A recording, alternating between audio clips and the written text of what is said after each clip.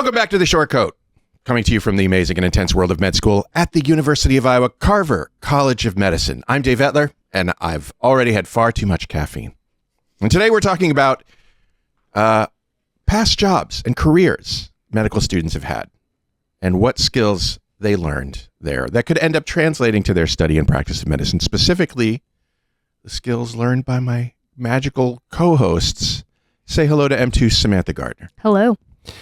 We've got M2 Sarah Upton on the show. Ayo. We've got M2 Srishti Mather. Or Mather. Hey. And M2 Nick Lembazeder. That was perfect. Hello. Well, we have pronunciations in our database, and I do look them up, and I often fuck them up anyway. Yeah. That was mean. Lembazeder. Yeah. That's I'm pretty sure I typed that phonetic pronunciation in the database. That is an amazing last name. It sounds almost biblical. Polish, so close. Polish. Okay. So, you guys, when I was in high school, I took a typing class.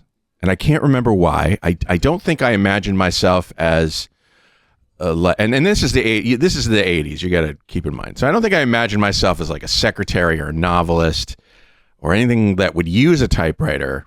And there certainly weren't computers everywhere like there are now. But it turns out that this skill, touch typing, is one that I use every single day. It is, I think, by amount of time I use this skill, it is the most important skill I've ever learned. You guys have all had lives before med school, and I know you brought skills with you. Maybe some that you didn't imagine would be helpful here. First of all, I think we should go around the room. What were you doing before this? Before med school? Nick, we'll start with you. Yeah. I think it's probably easiest to jump back to college. Okay. And then lead up to medical school. So undergrad, held a few campus jobs. After graduation. Like what? You can't gloss over that. I was a tour guide for the admissions department. All right. At Luther College up in Decorah, Iowa. Luther. Yep. Nice. Go Norse. Yeah. I worked as an EMT for a couple years. Okay. During the COVID pandemic, awesome. which was very interesting. Yeah, awesome. I also worked as a tutor, a note taker, and that was about it. Okay. A bartender. My senior year. Yeah. Okay. So odds and ends. Okay. Typical. Yeah. Graduated in 2021, if I can age myself there. Yeah. And during my gap year, I worked as a bartender at Toppling Goliath Brewery in Decorah. And in the mornings, I worked at Oneota Golf and Country Club as a grounds crew member. All right. And so it was free beer and free golf for a whole year. It was incredible. Amazing. Yeah. And then after that, I moved down to Iowa City and I did my master's in public health. And I worked here in the VA as a phlebotomist for a year. All right. Srishti? I kind of signed up for this episode on a whim, so I don't know if I actually fit the demographics. No, but undergrad. I love your whim. Thank you. Like, it's a solid whim. Thank you. Yeah. Undergrad, I worked at the Women's Resource and Action Center here in Iowa City. I was doing like student education on like bystander intervention and violence prevention. So that was a big thing I did. I did all the like usual pre-med boring stuff like the research and nonsense like that. You don't give a shit about that. Not today's show. Exactly. And then in my gap years, I worked as a scribe for, again, a clinic. I did a couple of things like that. And then honestly, like during that time, I also just took a lot of time off and traveled to India and like saw my family for the first time in a very, very long time. So yeah, again, nothing like crazy. Sorry. I'm not expecting anything crazy. How about you, Samantha? Well, get ready for crazy. So I actually went to college for music and journalism, graduated in 2018 to date myself even worse than Nick here. So I had a very brief stint at a magazine company called Meredith Corporation. Yeah. It publishes things such as People, Better Homes and Gardens, things like that. So I worked for an e-commerce section of that for 5-ish months after graduation. My actual goal was arts administration. So after that, I worked in arts administration at an organization that shall remain unnamed because it was a negative experience for about a year and a half, which took us into COVID. And at that time, I moved to Ames, where I worked at Medicap Pharmacy as a pharmacy technician for 4 years while I worked for prereqs to be able to come here. Okay. Sarah? All right, yeah, get ready for crazy. So during undergrad, is where we'll start, I worked part-time as a pharmacy technician. And then I also spent some time working as a nursing assistant in the hospital. And then after graduation in 2018, I worked full-time in the pharmacy. I started working as a lead inventory specialist. And then I also was teaching biology labs. Went back to school, worked actually at employee health here, so at the hospital, graduated my master's, worked, then switched to full-time, and then went back to teaching, anatomy and physiology labs. So, and then now I'm here. A varied experience. I love it. So looking back, what do you think from this distance, what do you think are some skills that you learned in any of your jobs that you're like, oh, that's useful now? I know for me, working in the service industry as a bartender for just a couple years led to a lot of interpersonal service-oriented skills that serves me much more than I ever imagined they would. Is it true that bartenders are sort of therapists? In many ways. I actually wrote about that. I can't remember if it was in my personal statement or in one of the activities where I was like, being a bartender is a lot like being a doctor. It's just different patients and different treatment. Yeah. You know? Well, in what way then? Yeah. Well, I think a lot of the time working at, especially in like a smaller town, I mean, I can't really speak to bars at like a larger city. That's okay. But in a Nobody's smaller asking town, you to. It's fine. Yeah. You have the regulars and they all come in and, you know, Jim's on the rocks with his wife and, you know, and there's all these things going on and Todd over here drives combine. And so he's busy with the harvest and they come with their problems and they talk to you and they want a beer and they just want someone to listen, you know? And yeah, that was all I think the ability to just be quiet and let them talk is what is really carrying forward into medicine for me. Yeah. And the waitress is practicing politics and the businessman slowly gets stoned. They're sharing a drink they call loneliness because it's better than drinking alone. Don't drink alone, Scarlett. Well, if we're talking about like the quote unquote service industry, I think community pharmacy gets a really bad rap in kind of the med school admissions realm. Why? Community pharmacy meaning? So like a pharmacy that is in your community, that is where you go to pick up your blood pressure pills or get your vaccine, as opposed to a hospital or a mail order pharmacy. I wasn't aware that there was a... Yeah, I actually didn't know that either. Yeah, so I actually received a lot of pushback that it was not clinical experience, even though I had worked there for 4 years through the rollout of the COVID vaccine, through the rollout of like Paxlovid. We were the only pharmacy in the county that could do Paxlovid when it first came out. So I was learning how to like check for prescriptions to be written for that inappropriately. But that doesn't all fit on your kind of like admissions things that you're writing. And so I would get a lot of pushback that I was just like selling pills to people and not doing clinical experience, which is just not true. You're catching errors that physicians made. You are calling their offices to tell them that they made an error. You are talking to the patients. You are calling their insurance. You are calling the patient and their insurance. By the time I was done, I was giving vaccines and working at vaccine clinics.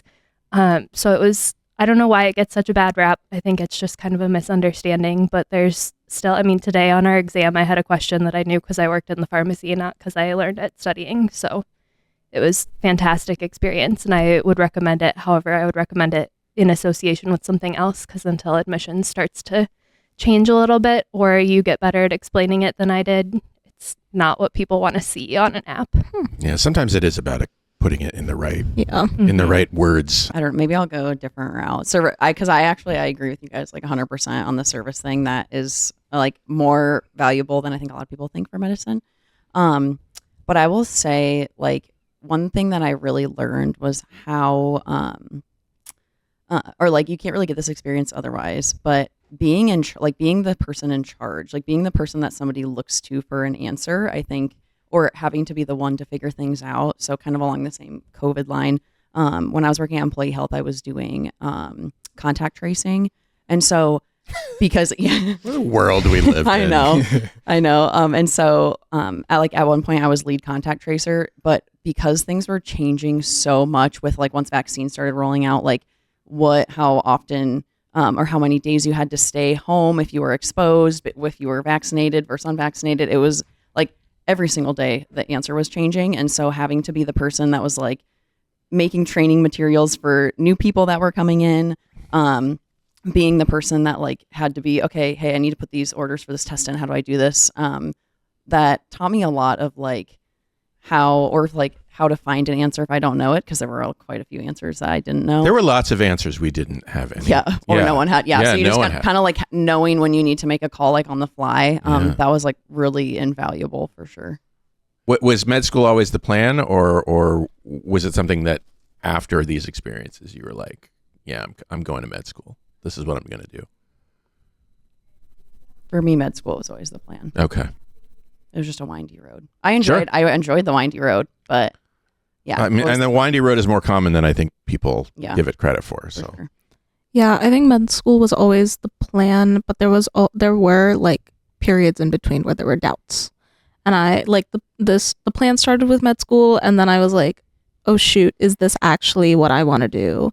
And that caused me to slow down, take more time. I took a couple of years off between undergrad and med school to like think about that more and like decide if that's actually what I want to do before going back to med school. I feel like I have a 2-part answer to that, where in college I discovered a passion for medicine, and so then that was the plan.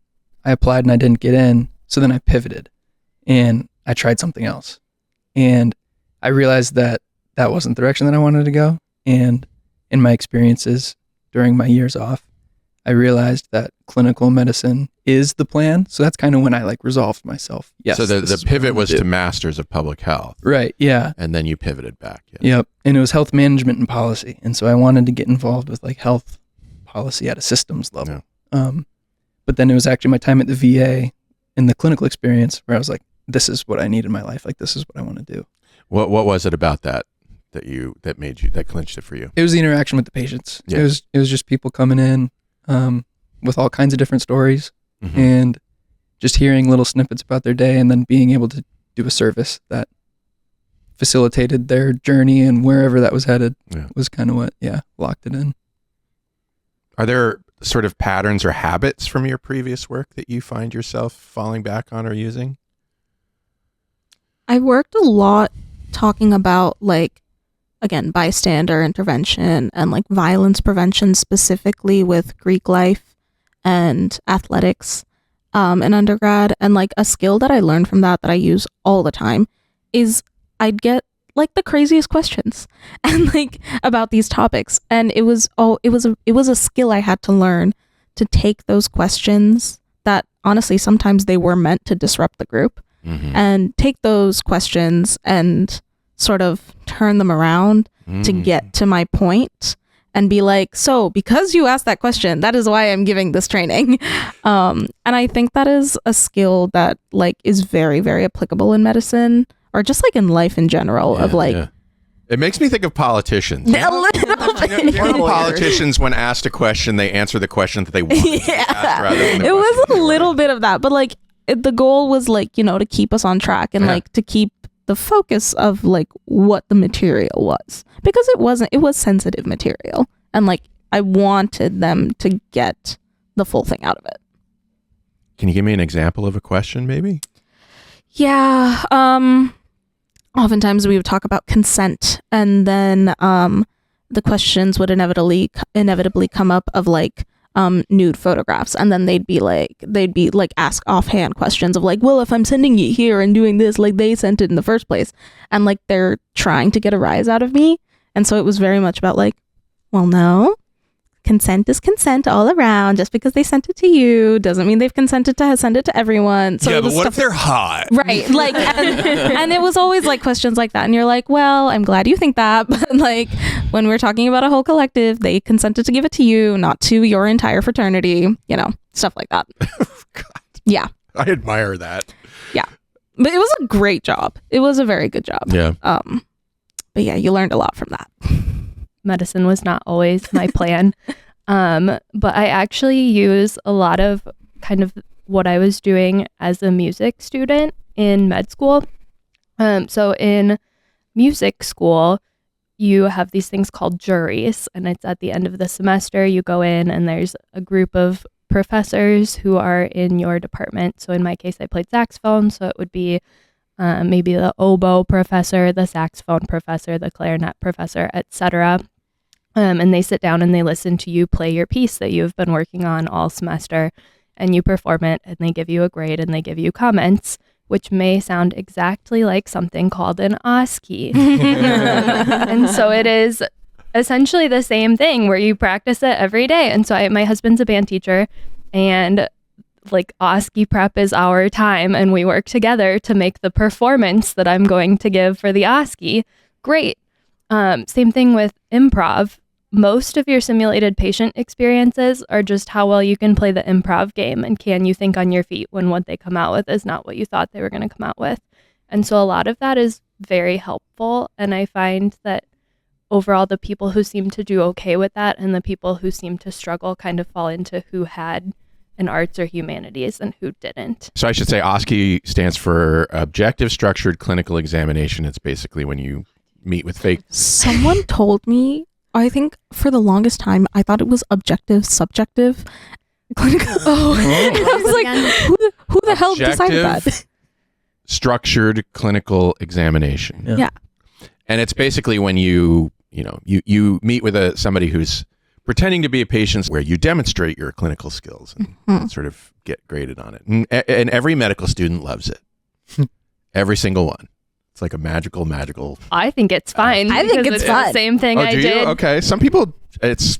I think it's like every semester for 9 semesters. there's obviously like a stress that comes with it, like with any sort of exam, but like I would rather do an OSCE than like a ton of like multiple choice questions. Oh, Yeah. same. Yeah. Yeah. I've played Dungeons and Dragons before, so I like OSCEs too. Yeah, the improv thing is I always sort of think of, like we're all just improving, like right now I'm improving. I haven't prepared. No, we know. I haven't prepared for this show at all. Davis sweated through 2 shirts already. You can see. I would love to take an improv class, but I'm too scared to do it. I don't know why. You think I should?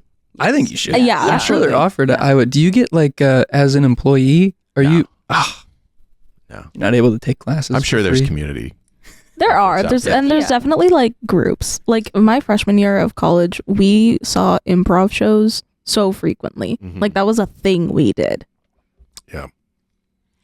But we're all improving every single day. Like, we just don't think of it that way. And so, its value, I feel like for med school is huge.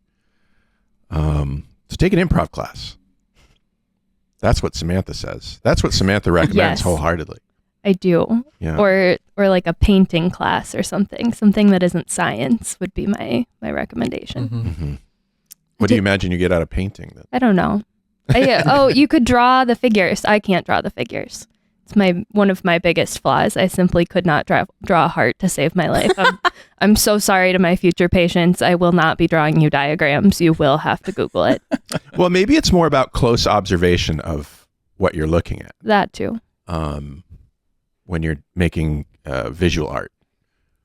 I took a workshop in writing romance fiction in college. Ooh. Oh. And that was a really, really, really good way to practice shutting up and taking like feedback. Yeah. And I think we've talked about this before, Yeah, but we have. like That's right. like we would submit a piece, and we would all be in a circle, and everyone would go around saying a comment about your thing, and you could not say a word. Yeah. And then at the end you could sort of talk about it, and it was a really, really good way to learn to like shut up and listen. Which it's hard for a lot of people to do that. I mean, Yeah. I've noticed that, it's, when people are given feedback, it's tempting to sort of jump in and explain why you did it the way you did it. And especially when it's something you're passionate about. So like in that case, writing, or like my performance in school, like I'm invested in it. Mm-hmm. So it is very difficult to be like, okay, I will listen to what you are saying. Well, I think something that's not always thought about when you're somebody who's making the choice to go into medicine is just how subjective the whole thing is going to be in the end. So you take a lot of multiple choice tests, and when you're taking all the prereqs, it's still a lot of multiple choice tests and a lot of like, there was a right answer or there wasn't. But in medicine, that's not often the case. A lot of times there's a gray. And even if you're looking at an x-ray and you're saying the bone is or is not broken, how the person you're talking to perceives you is going to be gray, not black or white. And so there's a lot of, you have to be ready to roll with it. And I think sometimes not everybody realizes that until they're here. And then it's harder to realize once you're here than if you've thought about it before.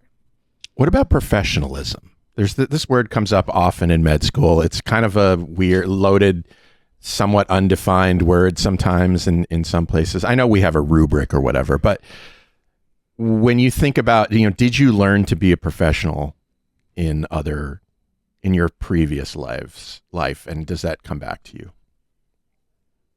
I definitely think so. I think for me it was called growing up. Yeah. It was I think I was just in a different life phase when I got into medical school, and having those years off afforded me the time to mature into a person who could be a professional and perceived of as a professional. Mm-hmm. Yeah. And like I worked in a setting where like I worked in a clinic, but like, I'd have meetings with my managers and we'd be talking about things, and we're like talking about like scheduling and all of these like nitty gritty corporate things that before I would be like, oh, that's not relevant. But like, obviously, if you're working in any sort of professional environment, these are skills that you need to know. Mm-hmm. How would you define professionalism, you guys? I feel like in my mind, there's two different types of professionalism. There's Dr. Colgin's professionalism. He's our ethics professor, for those who do not know. Yeah. And then there is the outward facing professionalism. And I feel like what I'm referring to as Colgin's professionalism is how you ethically approach not just a clinical situation, but your life. Mm-hmm. It's kind of your internal professionalism. And then there's the clinic professionalism, which is where this gray area that we're talking about, where it's how people perceive you and how you consciously change your behavior to appear in a certain way. It's almost like, putting on this professionalism front, whether it's truly representing your internal state or not. I kind of separate those two in my mind. And it's interesting because you can sometimes tell, especially in clinical scenarios, when someone, or more often when you're in the workroom or wherever, when someone is internally professional or outwardly facing professional. So explain. I think, and it happens, just in every situation in life. There's people who you interact with at work or at school or wherever, who, in a certain light, they modify their behavior depending on what environment they're in. Like they tickle the boxes Yeah. externally. Well, I was going to say professionalism. That's context Can dependent. I just say that I don't love the like phrase that. "tickle the box"? Okay. Anyway. I was going to say it's like obscenity, that one Supreme Court justice. You know it when you see it. Mm-hmm. Yeah, I think that's part of the problem with professionalism is it's hard to define it. It's hard to grade it. Depends It's hard on the to grade it. situation. It's hard to and yet we have to do that somehow. Yeah. So I feel like, Nick, you were kind of skirting around like when people hold a lot of implicit biases, or perhaps they're explicit, but they're able to mask them. Because I feel like maybe you're kind of working your way around when people are nice to your face and then go in the back room and say, oh my God, can you believe that person and they're this and they're that, and that was so embarrassing for them and blah blah blah, and so they're giving that like outward professionalism, but internally it's not there. Yeah. Is that accurate? Yeah, definitely. Okay. And I was also referring to just like experiences that I've had in the past, like at work or things where someone is just, whether they're deeply insecure or whatever, and behind someone's back they may lash out, or whatever, and it's coming from this place of insecurity when outwardly they can put on a good face. I get it. Okay, well, we're going to keep talking about this, but if you have a question, if you want to suggest a future topic, or maybe you just want to share your thoughts on today's episode, showquotes, you can roll up a small piece of parchment, tie it with some string, push it into a whiskey bottle, cork the bottle, and drop it into the ocean like a damn pirate, and hope that we get it. Or, alternatively, you can point your browser at theshortcoat.com/tell us and drop us a message there, which works a tiny bit better. Otherwise, that's our show.